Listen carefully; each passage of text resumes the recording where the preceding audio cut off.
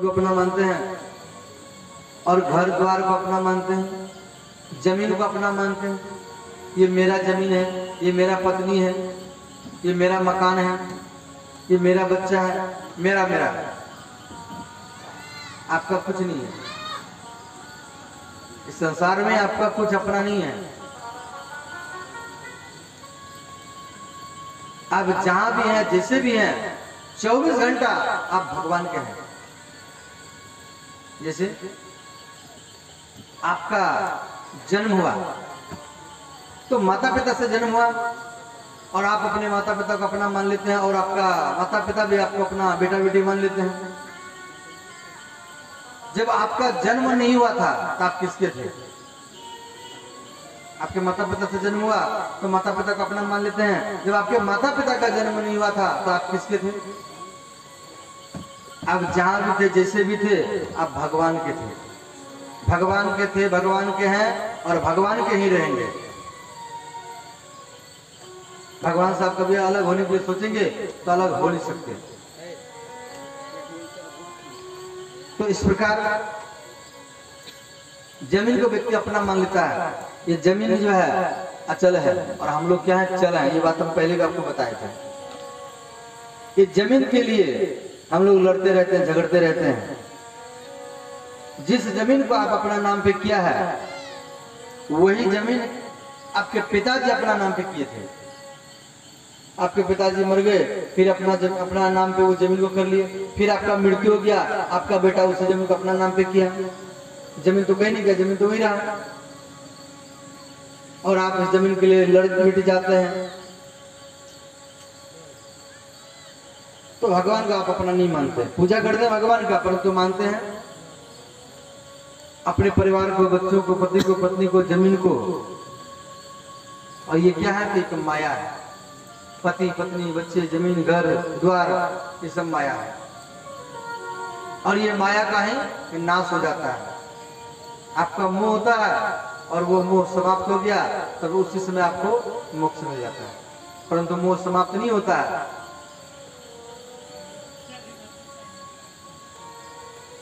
तो इस प्रकार धन के पीछे कब तक व्यक्ति भागता है? धन के लिए व्यक्ति कहां तक पीछे भागता है? कब तक? जब तक उसका निधन नहीं हो जाता तब तक। व्यक्ति धन के पीछे कब तक भागता है? जब तक उसका निधन नहीं हो जाता तब तक वो धन के पीछे भागता है। सांस छूट गया, हाय धन यहीं पे है। और जिस धन के लिए खून पसीना बहाते हैं और जिसके लिए बहाते हैं वही आपको एक दिन जल में बहा देते हैं। तो इस प्रकार संसार में रहो, परिवार में रहो, परंतु उसमें आसक्त मत रहो। भगवान का बन करके रहो, फिर माया आपको ये नहीं पकड़ेगा। ये माया बड़ा ये भगवान की माया है। भगवान पहले परीक्षा लेते हैं सबों से, ये देखते हैं कि कहां तक है। तो जो भगवान का होता है वो भगवान का होता है, जो माया का होता है वो माया में फंस जाता है। और फिर यही माया उसको 84 के चक्कर में घुमाते रहता है। कभी गधा में, कभी कुत्ता में, कभी बकरी में, कभी पशु में, कभी पक्षी में घुमाते रहता है। और इस प्रकार हम लोग जो हैं भगवान के अंश हैं।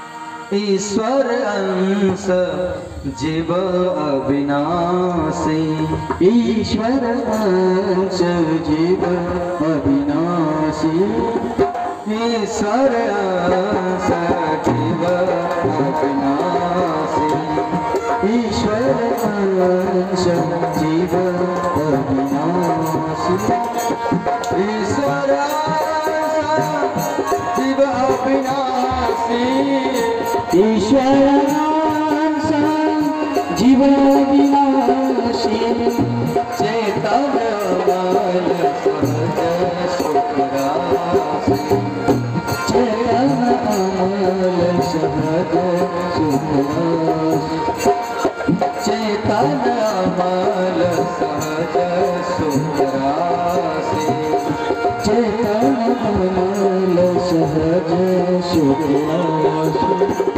यहाँ कहा जा रहा है ईश्वर अंश जीव अविनाशी। हम लोग किसका अंश है? तो ईश्वर अंश अविनाशी कर देता है, जिसका नाश ना हो उसको अविनाशी कहा जाता है।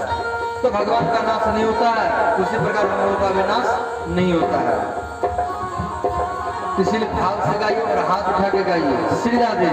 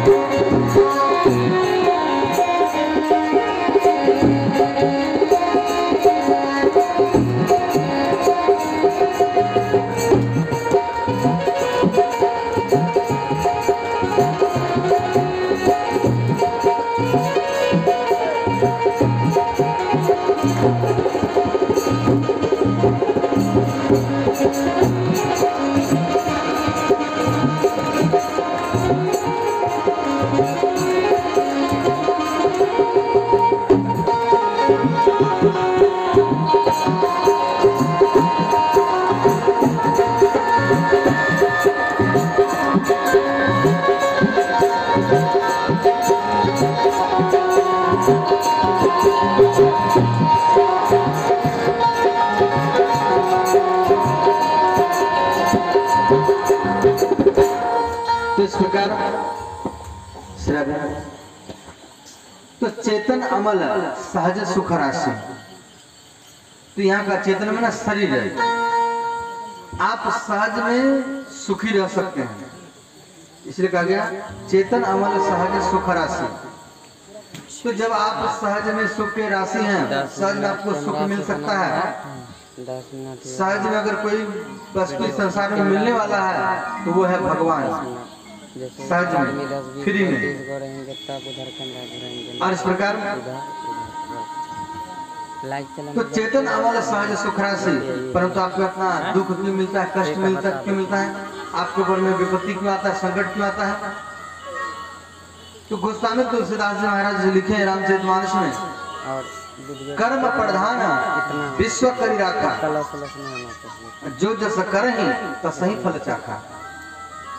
आप जैसा कर्म करते हैं आपको वैसा फल मिल जाता है। आप पुण्य करते हैं तो आपको पुण्य मिलता है, पुण्य का फल मिलता है, और आप पाप करते हैं तो आपको पाप का फल मिलता है।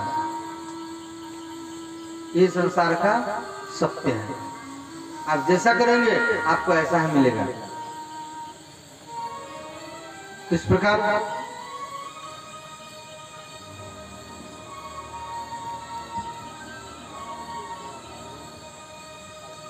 तो भगवान श्री कपिल माँ देवती को कह रहे हैं जे माता योग, योग मने जुड़ना, इजते योग याग समर्थ योग उच्चते। योगस्य व्यक्ति को जब रोग होता है तो योग करता है, योग के द्वारा व्यक्ति स्वस्थ रह सकता है, और हर व्यक्ति योग करते हैं। तो योग भी कई प्रकार का है, जैसे और आप सभी योगी हैं, आप सभी योगी हैं। जैसे आप कथा श्रवण कर रहे हैं तो इसको कहा जाता है श्रवण योग। योग भी कई प्रकार का, श्रवण योग, हठ योग, श्रोता वक्ता का योग और सरल योग, तो कई प्रकार का योग है। तो आप जो कथा सुन रहे हैं इसको कहा था श्रवण योग, वक्ता श्रोता का योग है। और तो भागवत में आप भागवत कथा श्रवण कर रहे हैं तो भगवान जो है, भगवान का एक रूप है शब्दमयी मूर्ति। तो भगवान शब्द के रूप में भागवत में है, भगवान का आत्मा भागवत में लीन हुआ और भगवान शब्द के रूप में भागवत में विराजमान है। तो आप भागवत कथा कान के द्वारा श्रवण कर रहे हैं और ये शब्द आपके कान के द्वारा आपके हृदय में प्रवेश कर रहे हैं। तो जैसे हम लोग आंगन घर को झाड़ू लगाकर साफ करते हैं, कूड़ा कचरा को साफ करते हैं, उसी प्रकार भगवान शब्द के द्वारा आपके कान में प्रवेश कर रहा है और आपके हृदय में जाकर के आपके अंदर में जो कामना रूपी वासना रूपी गंदगी है उसको